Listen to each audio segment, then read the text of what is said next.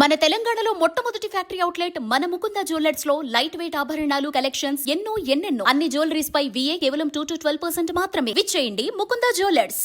హైదరాబాద్ చర్లపల్లిలో సంచలనం సృష్టించిన డ్రగ్స్ తయారీ వ్యవహారంపై రాష్ట్ర పోలీసులు పీసీబీ అధికారులు దృష్టి సారించారు. వాగ్దేవి ల్యాబొరేటరీలో మెఫిడ్రిన్ డ్రగ్స్ ను తయారు చేసి మహారాష్ట్రకు తరలిస్తున్నట్లు గుర్తించారు.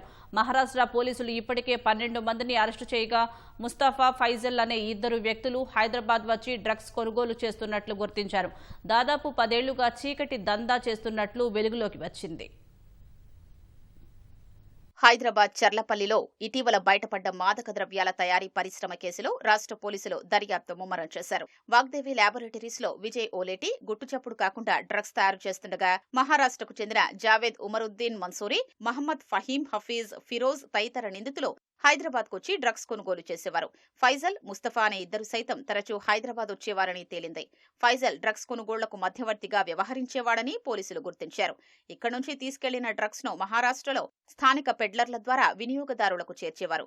గత నెలలో బంగ్లాదేశీ యువతి డ్రగ్స్ తో అరెస్టు కావడంతో తీగలాగితే ముఠా గుట్టు బయటపడింది.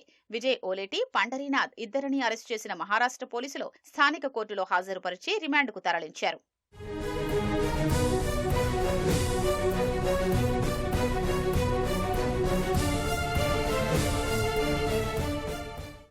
చర్లపల్లిలోని వాగ్దేవి ల్యాబొరేటరీస్ ఫార్మా కంపెనీ కాదని రాష్ట్ర డ్రగ్ కంట్రోల్ అడ్మినిస్ట్రేషన్ అధికారులు స్పష్టం చేశారు.